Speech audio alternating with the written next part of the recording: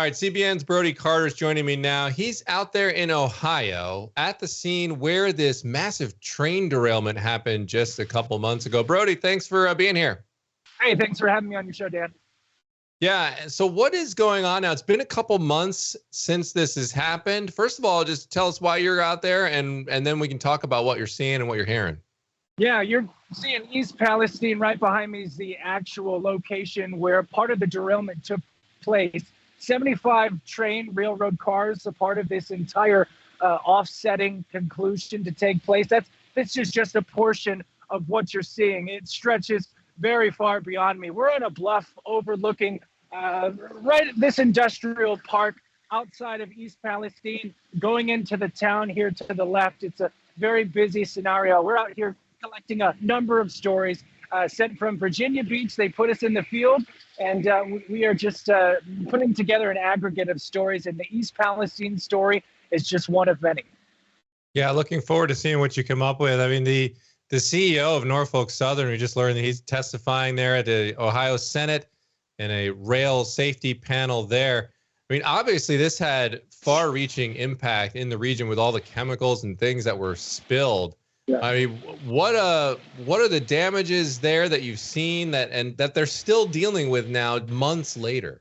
Yeah, most definitely. This just goes to show the impacts of the news cycle, right? Something as big as this, it only lasted 2 to 3 weeks in the news cycle, and then it's on to the next. But these people are going to be having to live with this for months and years to come. EPA on scene today just spoke with one of the directors for the EPA, telling us everything that he's been through in the weeks and months leading up to today, just really putting in grounds work. It's all hands on deck. It's one of multiple agencies that you can see behind me that's currently cleaning the soil behind us. So you're seeing the train tracks, and then just closer to us, we see those big cats moving around.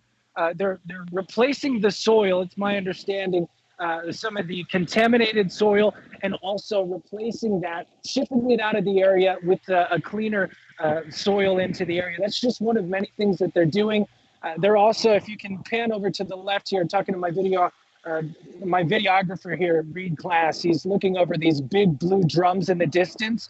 Those have been put together to help remove the tainted water. They haven't been filled yet, but each one, there's 2 of them, giant blue drums that will be carrying the contaminated water out of this area to a location where they will inject that tainted water deep into the ground so that it will never be touched by human hands again. And then also they're going to be keeping a close eye on the air here in the area, because when you just take a deep breath, it makes you think twice about what you're breathing in. That's for darn sure. All right, can you still smell anything now? I mean, I know in the early days there was like people looking at like little creeks and stuff. You saw some viral videos of people going around, and they were like, you can actually, you really smell it in the air. Is there any of that left, or is it kind of more just you're not sure? It's case by case, so everybody's sensitive. Their sense of smell is different, right? So people who are actually on scene that are closer to the contaminated soil, yes, some of them have reported that they've been able to smell some sort of chemical. But what I was told by the EPA at this point, they believe that the chemicals they're smelling is at a safe level beneath toxicity. Is my understanding that what they're smelling, they are able to, because it's a chemical, but the amount that they are smelling, it's not causing any long-term side effects at this point.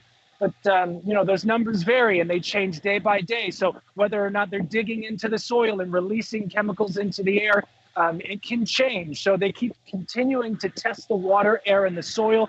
And again, those numbers can come back and they vary on a case-by-case basis depending on how much work they're putting into the land. Yeah, I mean, that's pretty wild when you're just saying there, you see the trucks back there and the big trucks. I mean, this, like we said, this happened months ago. Yeah, for sure. For it to still be going on and they're still replacing the soil, like as you said, 76 cars. I mean, a big, long spill there. I mean, the wide-ranging impact here.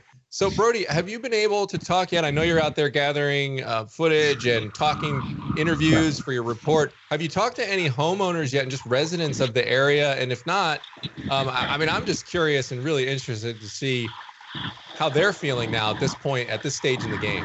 Yeah, for sure. We're going to be knocking on doors here in the coming hours. But in the meantime, I have had a chance to not only talk to the EPA, but also Pastor Ken Saveco of Rogers Assembly of God Church in Rogers, a surrounding town nearby here, where many congregants have homes along the railway system.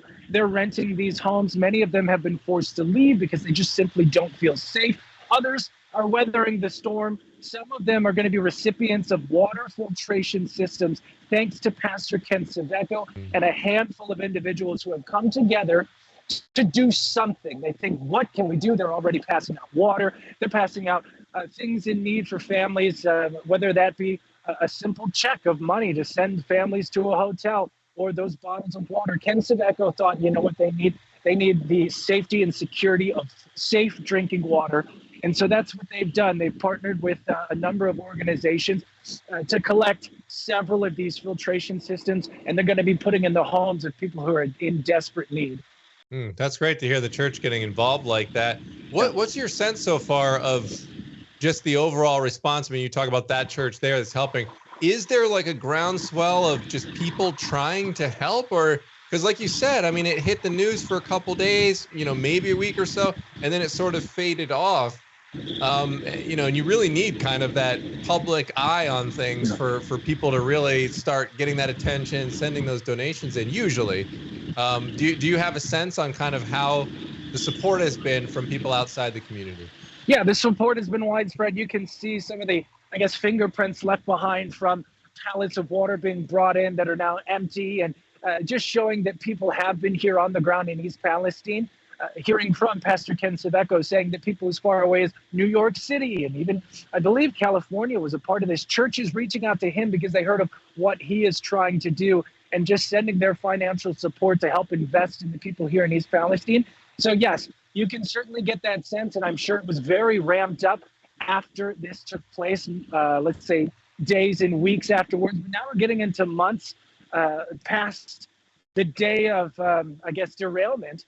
And yeah, you're right. It is falling off the map here. So it'll be interesting to see how long this support can last. And just knowing that our viewers, to keep in mind, this is something that they're going to have to live with for years to come. So please pray about it. Please keep it on your radar. And if you feel it in your heart to find somebody who's doing something on the ground, just give as much as you can, and as much as your heart feels led to do.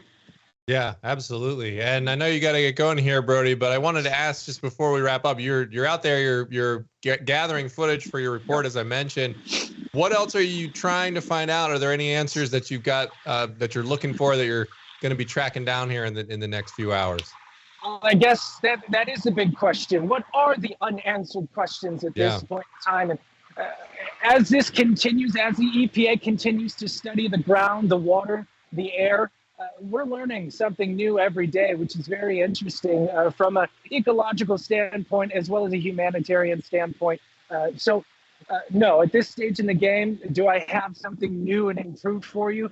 The answer is no. But let me tell you, when we continue to collect all angles of this story, folks are going to want to stay very close to this one.